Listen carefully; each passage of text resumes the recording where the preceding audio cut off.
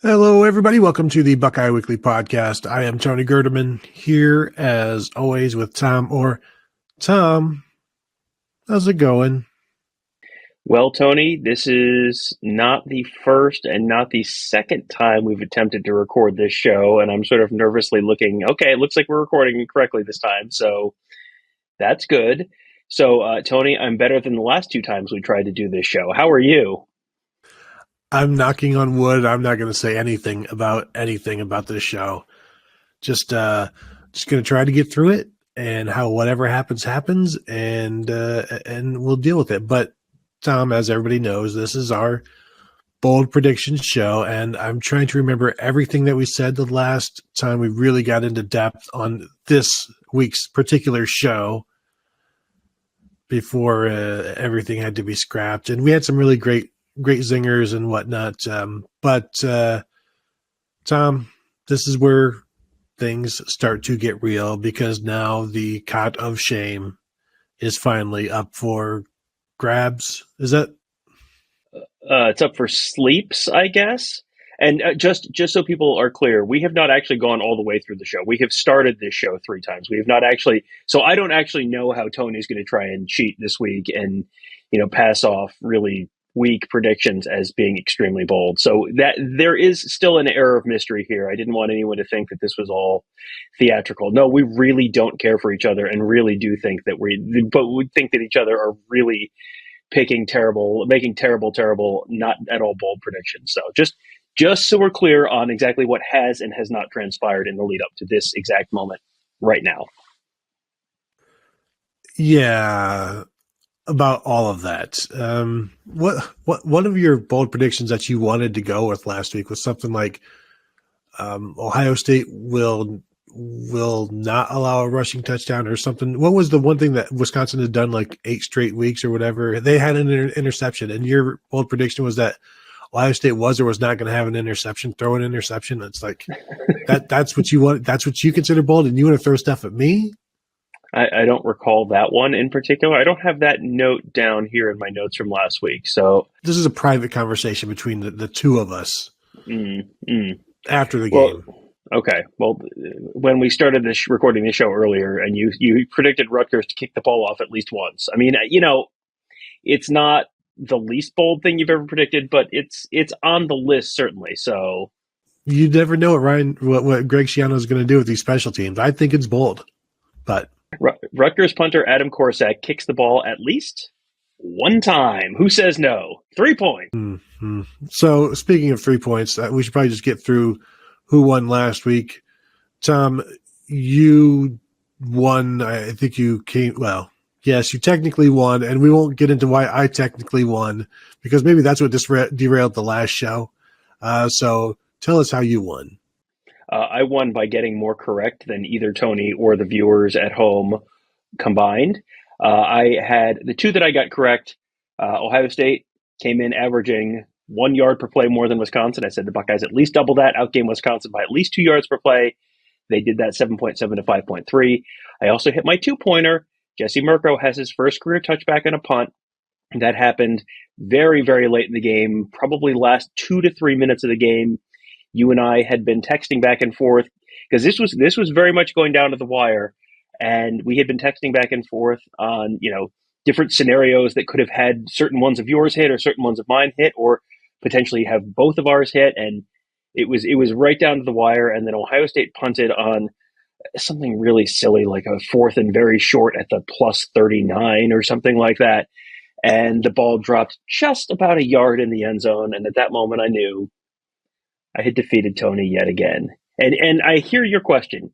You've done it so many times. So many times. Does it ever get old? The answer, Tony, is no. No, it does not. It is still, I get the same joy every single time. So I'm looking forward to feeling it again next week while I'm pointing at laughing at you on the Cot of Shame in East Lansing.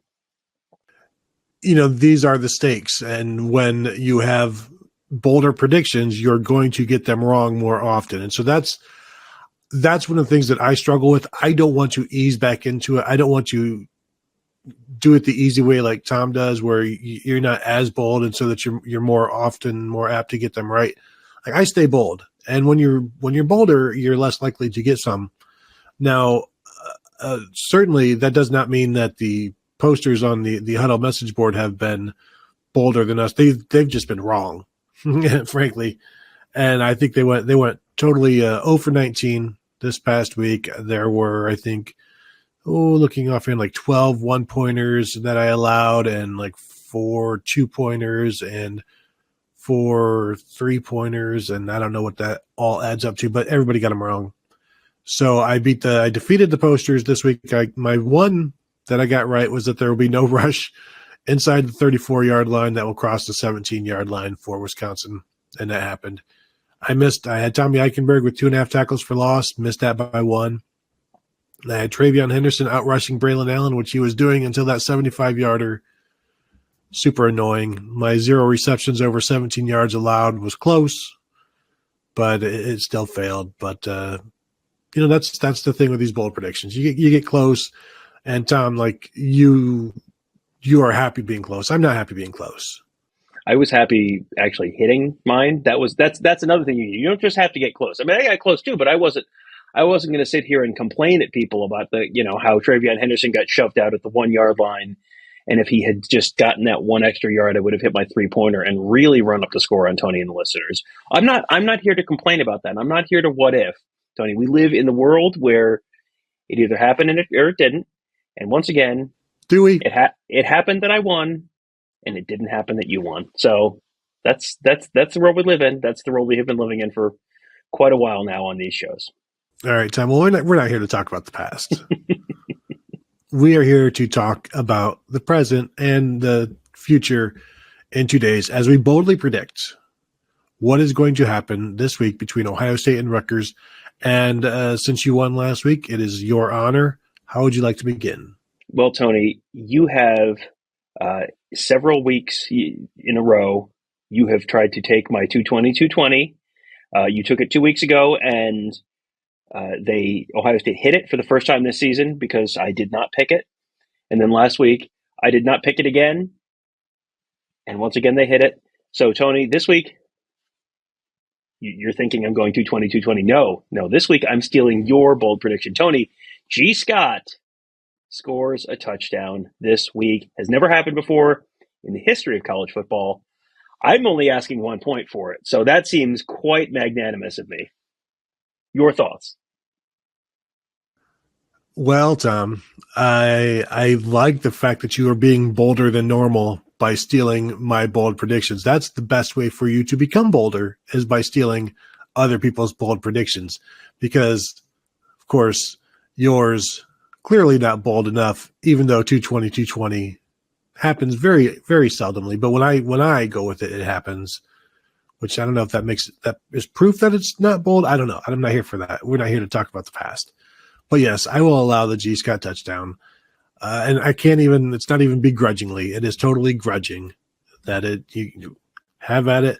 I am pretty certain it's going to happen this week. I feel like this is at least 60% likely, but I can't be like, come on, this is not bold. I mean, there's this whole, law of eventuality going on here. Well, it's also, it feels like the universe really likes the spite angle here, where when you steal my 220, you get it. And it feels like the universe just kind of owes me one here. If I'm going to steal yours, it feels like it should hit. Now, I have not needed a lot of help from the universe in the past, but maybe I'm due anyway to get just a little help from above here. What, Tony? Right. Which one is it? Which is your first one that's not going to happen? There's so many to choose from. I think, how about this one, Tom? I will go with Sonny Styles is in the box score for something other than just a tackle. Now, that would include a pass broken up, so something other than that's a TFL, sack, PBU, INT, personal foul. We won't count penalties. It has to be like actual plays. How does that sound for you, Tom? I am now wishing I had looked at the snap count for last week to see exactly how many plays he played against Wisconsin, because you saw him early, but I feel like you didn't see him a ton. And I feel like after that personal foul, I don't know that you saw him much at all. But he's going to be out there. But at the same time, I feel like I have to allow this. It feels, he's going to play enough. He's going to have tackles. I don't know that I necessarily think he's necessarily going to be a TFL guy, but yeah, this is one that I think there's a decent chance it hits, but I don't really have cause to deny it, so I will have to allow it. So Yeah. It's frustrating. There you go. It is frustrating. Believe me, no one is less happy about this than me. All right, Tony. My next one, Rutgers is averaging 181.5 yards per game passing. 181.5. They finished the first half with under 50 yards passing. So about a quarter of what they normally get in the first half. Little more than a quarter, like 30%. Yeah, I like that. I had one similar, but I eventually went off of it. Mine was Ohio State's first and third receiver will finish with more catches than Rutgers has completions. But Rutgers has been throwing the ball more than normal, like more than we've seen them do in the past. So under 50 yards passing in the first half. Yeah, I can again, the begrudging nature of this episode, it's really disappointing. I'm sure though we will start to get to some bickering here eventually. But yeah, I allow it. 50 yards, under 50 yards passing. So if it's 50, it does not count. Yes, it has to be 49 and a half or less.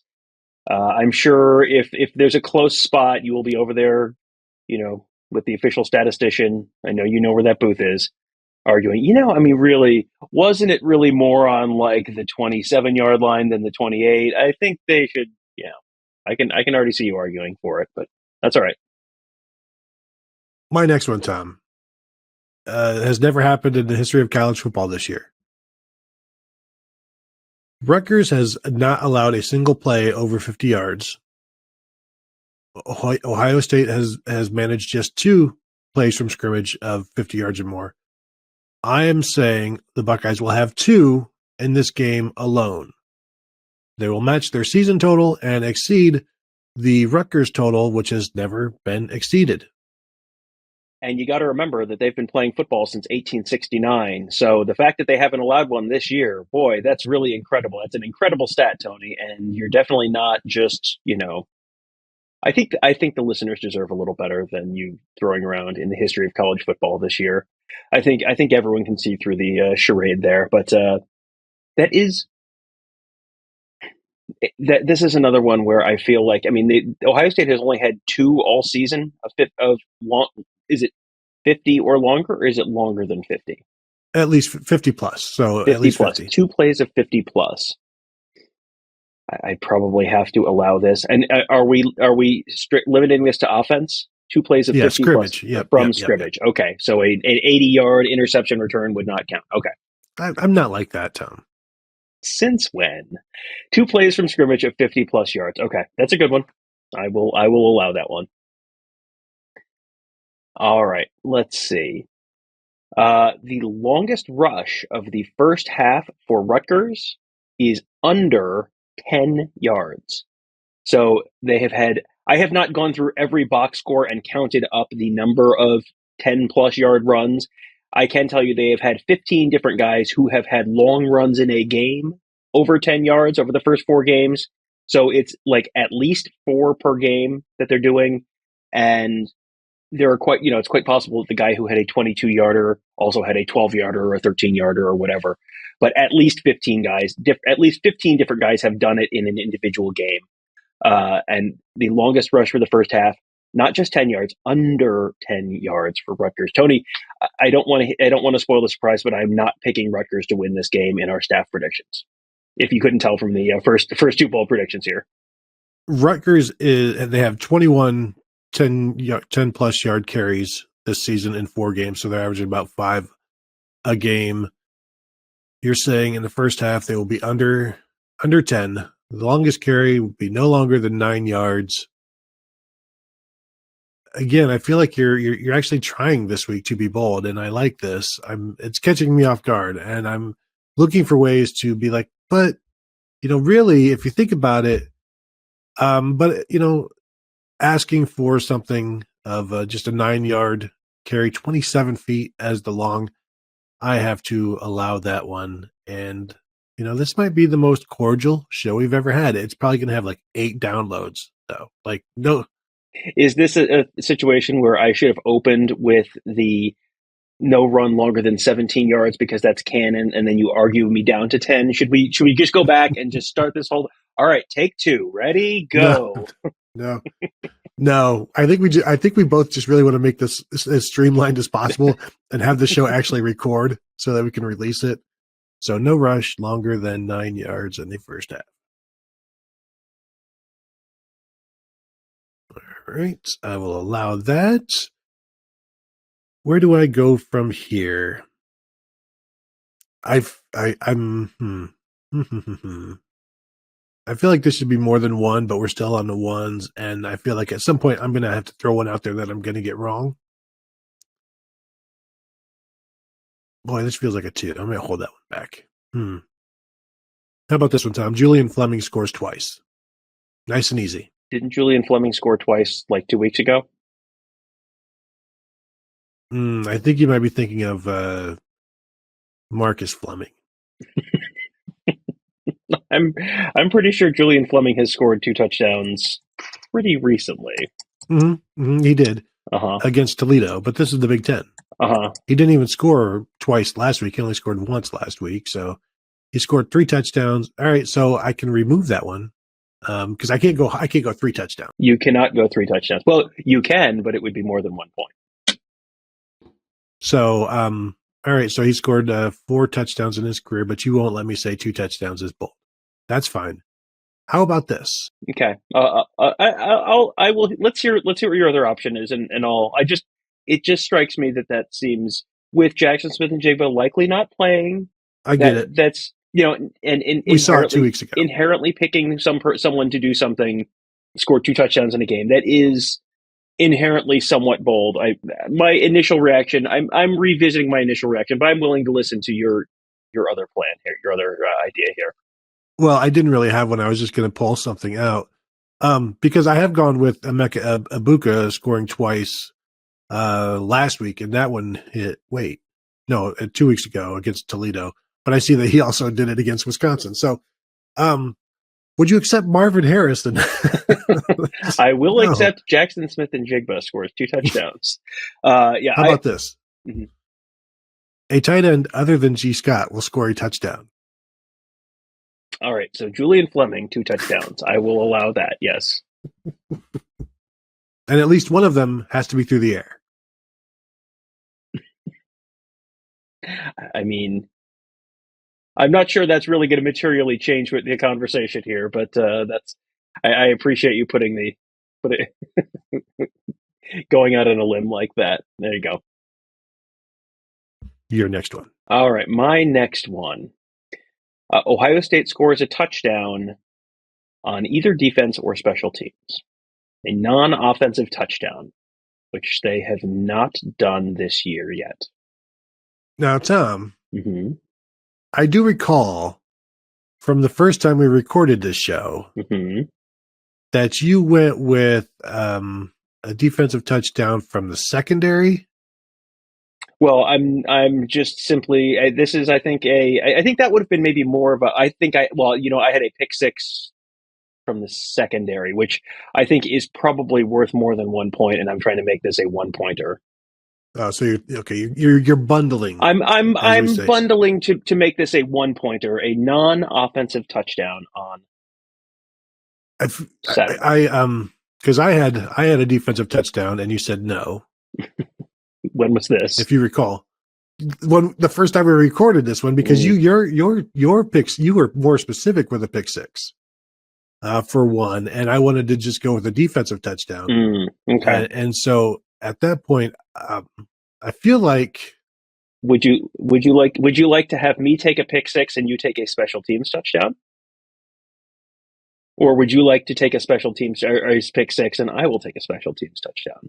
How about you take, because I feel like a defensive touchdown is going to happen, and I feel like one of us should have it, but you can have it. I will take 220. All right, so defensive touchdown for me, and you're taking 220. Okay. All right, that's fine. We can make that work. Because don't you feel like defensive touchdown is going to happen and 220 should happen? They both should, but they're, this is one of those things where you feel like 220 should happen virtually anytime they play a team that's wildly overmatched, and then somehow it never does unless you pick it. So it will happen this week. And then a defensive touchdown, it feels like, yeah, but I mean, how much is Rutgers going to throw the ball? It feels like if Rutgers throws the ball 40 times, 35 times, you're probably getting an interception or two, and then it's just a matter of, do they run it back? But yeah, they're due. Yeah, that's their due is a great way to get yourself in picking stuff that is not going to happen in this. That I have learned my lesson on their due in the past. All right, so we have agreed on 4 of our 1-pointers. So what is your last 1-pointer? I have a few different ones here, and I think I am going to go with CJ Stroud finishes with the second best completion percentage, at least the second best completion percentage of his career. So the second best completion percentage of his career right now is 81.6% against Purdue last year. The only one better than that is against Michigan State last year when he was 91.4%. So his completion percentage is at least 81.7%, which would be good for the second best of his career. 81.7% or higher. So if it's the best, it's still okay. Unless it's 100%, in which case he boots Tate Martell from the record book, and that is not okay. So no. So you've agreed to that? No, it's 100%. It would still hit. I'm just saying, spiritually, to me, it would be very disappointing and make me feel sad feelings. Okay, no, I will allow that one. I think I went with 83% a few weeks ago, but that was not a Big Ten game, so this is different. And also, I don't think he hit. Obviously, he didn't hit that. And also, it's like, oh, he feels like he should have done more than that. Sometimes, like that is, you just need like one drop here and one throwaway there, and it's out of reach, because I don't think he's throwing 40 passes on Saturday. So it's if you see 3 passes hit the ground, I'm probably out of luck. So that's where I think this is like, I think a sneaky difficult one to hit. Yeah, trust me, I was 0 for 1 on it, and that's rare. So my last 1-pointer, tell me what you think about this, Tom. At least 2/3 of Kyle McCord's passing yards in this game will be on one play. At least 2/3 of Kyle McCord's passing yards will be on one play. That's an interesting one, because it feels like this is a good one, and I have to allow this. But this is a really good workaround where you've kind of worked the system in a way where this is like an extremely gettable one, because the way they're having him throw right now, it's a lot of checkdowns and it's a lot of very short yardage. And Ryan Day talked earlier this week about you don't want to, if you're up by a bunch, you don't want to make the opponent look bad and show people up. So you're not going to be heaving it downfield. So it's just a matter of, when you check it down to Dallin Hayden and he makes 2 guys miss and he runs for 30 yards, that's, and then you have 3 other completions, but they're all for 5 yards, then ta-da, you've hit your number. This is a very clever one, but I have to allow it. This is very good. I'm not used to you being clever and diabolical here. That's well struck. Well, Tom, to hear you call somebody else diabolical, that's the highest of praise. Yeah, and this could just be like a catch and run, like the Jaden Ballard thing from a couple of weeks ago is kind of what I'm hoping for there, but we will see, because it's just going to be a lot of 7-yard passes where one of them has to break. So what is your first 2-pointer? I have a few here, and I know what my 3-pointer is going to be. Can I start with my 3-pointer? Sure. Last week I tried to get 6 different Buckeyes scoring points for 3 points, and I came 1 yard from Travion Henderson away from that hitting. This week, I'm going to say 7 different Buckeyes score points this week. 7 different Buckeyes score points this week. So 2 more than last week in a game in which they scored 52 points. The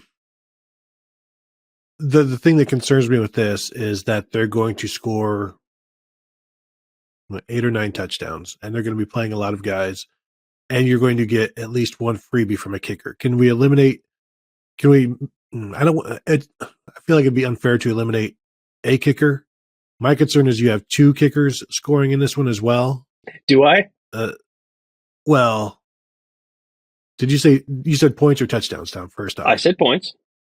Yeah. So with Parker Lewis now coming back, granted he's a kickoff guy and he's the backup kickoff guy, but I just because now you're just talking like 6 different guys need to score touchdowns, and that's not a lot. Last week, 4 guys scored touchdowns. I know, against Wisconsin, and this is Rutgers. They scored 52 points last week. How many points do you think they're going to score this week? 84. If you predict, you know what? You can make 84 points your 3-point bold prediction. I will allow that. How about this? 8 different Buckeye score points. Will you allow 8? Even if I get 2 kickers, I still need 2 running backs and 4 receivers or a defensive touchdown or something like that. I'll allow 8 with no restrictions on kickers, except no. We'll just allow it. I was going to say only 1 kicker is allowed to kick extra points, but you know what? If they're doing so well and they're throwing two kickers out there to kick extra points, they probably have all the touchdowns they need. So at least 8 Buckeyes score. I don't like this one, and now my mood is completely shot. It's like you play a good round of golf, and then the 18th hole, you bogey, and it's like it's terrible because I'm a scratch golfer, Tom, as you know. At least 8 different Buckeyes score. All right. And I forgot about the defensive touchdown thing. There are a couple different ways I could hit this, but you still need a lot of stuff to happen. Because if G. Scott scores 2 touchdowns, or Julian Fleming scores 2 touchdowns, or there's a lot of these things that could, people scoring multiple touchdowns really works against me on this one. And I think you're going to have guys scoring multiple touchdowns. So that's what makes this, I think this is sneaky difficult to hit because, one guy scores 3 touchdowns and then you need a whole lot of help from defense or special teams. Yeah. And you're talking 49 points just as the bare minimum of what you're going to need to hit this. And then they all have to be solo touchdowns. So it is what it is. I think this is how you will end up winning, is by that 3-pointer. Unless, Tom, my 3-pointer hits, which you are now contractually obligated to allow. Mm-hmm. And I don't, and this is kind of in that same wheelhouse. Ohio State will score more points than Rutgers will have rushing yards. Rutgers, I think, is rushing for like 180 yards a game right now. I predict Ohio State to score 190 points. So Ohio State scores 190 points. That's a good one. I will give you 4 points for that one. Ohio State will score more points than Rutgers has rushing yards. Do you happen to have stats from previous games in which Ohio State? How many games of the last 5 meetings has Ohio State held Rutgers under, let's say, 60 yards rushing? All right. Well, last year it was 111 yards rushing. 2020 it was 141 yards rushing. Gosh dang. 2019 it was 110 yards rushing. Okay, I'm going to say yes. This is a good thing it's a 3-pointer. I'm going to say yes, and we're going to move on with the drill. All right, fantastic. Good. Wait. 2018, 69 yards rushing. Nice. All right. So yes, that's good. That is the history that I needed to hear. That is a history that I wanted to hear. And you know what? I wish I knew that history before I did. I just hope they do it all in the second half, because that would really be tremendous for me if they could just hold off in the first half. And our buddy Kevin Noon texted us with a great stat. earlier today, and I had put all these together, and I was kind of first half heavy on some of my picks, not all of which I've put out there yet, but I had, sort of looked at the series history, and it's like, boy, Rutgers does a lot of damage in the fourth quarter, don't they? I'm going to pull up the text that Kevin sent us earlier with some of the details. He said Rutgers has never scored a point in the second quarter against Ohio State, not a once. And then 171-0 in the second quarter of games. In the fourth quarter, Ohio State has outscored Rutgers 49-42. So that is that. I'm really hoping for a big fourth quarter for Rutgers, specifically on the ground, where in just that the second quarter thing stays true. That's what we're really looking for here.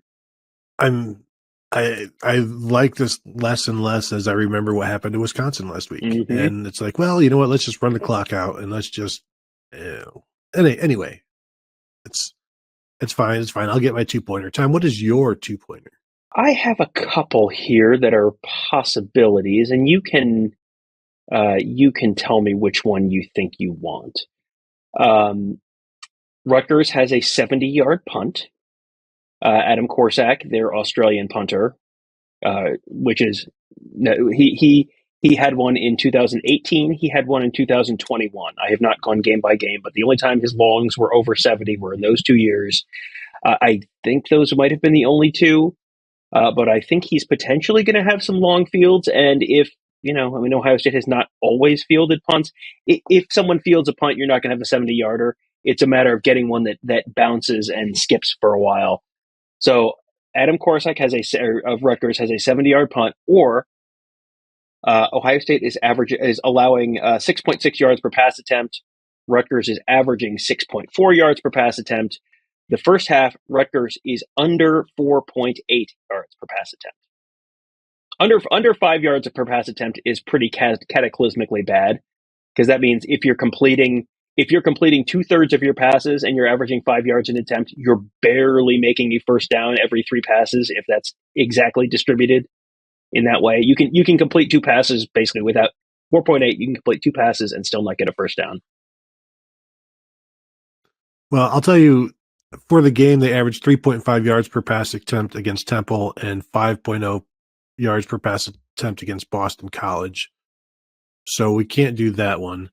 A 70-yard punt for an Australian, that's like, I mean, he's been. And you don't have to be really Australian. If it helps, he's been Australian his whole career and only done it twice that I could tell. So he didn't just become Australian, and he's only done it once since 2018. All right, I'm just going to need 2 yards, 72 yards. 72 will get it. A 72-yard punt from Rutgers. Okay, that's fine. That works. I think that's a good compromise. 72-yard punt for 2 points. Again, when the whole stadium in the air. No one said in the air. Okay. So my 2-pointer, Ohio State will score a touchdown from inside the 10, between the 10, between the 11, between the 10 and 20, between the 20 and 30, and the 30 and 40. Now we'll have to go like from the 1 to the 10, from the 11 to the 20, 21 to 30, 31 to 40. Four in there. What do you say? This is another one that feels almost inevitable, but there have been against Toledo. I don't know that they did this. Did they do this against Toledo? They had, because it felt like they had 6 touchdowns from inside the 10 against Toledo, and then there was nothing between 17 and This is one that feels decently likely to hit. And are we just talking plays from scrimmage, offensive plays from scrimmage, touchdowns? Yeah. Okay, so a 40-yard punt return or whatever would not count. Okay, that's fine. So 1 to 10, 11 to 20, 21 to 30, and 31 to 40. Mm-hmm. And they did not do it against Wisconsin. Yeah, they didn't do it against Wisconsin. Yeah, I don't think they did it against Toledo, but they might have. But this is one of these good statistical anomaly ones. Like I feel like I always do, go through and like parse out, hey, this is the number of yards per play, and they're going to do X% better than that. And you're like, I don't know, um, you know, they're going to score from the 18 and the 42 in some, or a number divisible by both 18 and 42. And I just kind of throw up my hands and go, I don't know how to judge the likelihood of that. And then this is how in the rare event that you win, this is how you win. And I just want to tell you, neither I nor the listeners appreciate it. Well, Tom, if you want to concede, I will accept your concession. So that's fantastic. No, just prepare your back for that cot next weekend. I hear there's going to be a big metal bar right in the middle of it. It's going to be tremendous. I look forward to it. Anything else, Tom, before we go? Nope. I think we're good. I think we might have actually gotten this show recorded this time. So we are, man, it's gonna be a tremendous day. I can already feel it. It's going to be a tremendous day, and can't wait to win again. But obviously Tony's not going to beat me, but you, dear listener, you could beat me potentially. I mean, at least theoretically, if you sign up at BuckeyeHuddle.com, become a member. When Tony posts this on our huddle board, you can get in on the action with your own bold predictions for this game, and we'll total it up. Tony has started including more people, including more bold predictions from the readers and the listeners to just give you a chance to try to get close to me. Just even sorry, to give you a chance to beat Tony. And really, as someone who does this pretty regularly, I can tell you, never gets old. So you should also get in on the action, because it's a lot of fun, and it's really not that hard. But we make it look hard. Like, well, I guess you, Tom, make it look easy. It's not as easy as you make it look, and people are finding that out. Thank you. I'm going to clip that out and just, I don't know. Can you make a video clip like your Twitter bio? I don't know if you can, but if I can. And the reason I can say this is because I fully expect this episode to not be recorded. So this will just be lost to time, but let's just go ahead and end it there. Thank you all for tuning in. As Tom said, check us out at BuckeyeHuddle.com. If you're watching on YouTube, go ahead and hit that bell, be notified, subscribe, do that as well. That will do it for today's show. I sincerely hope. And if it is, then fantastic. And we'll see you all later.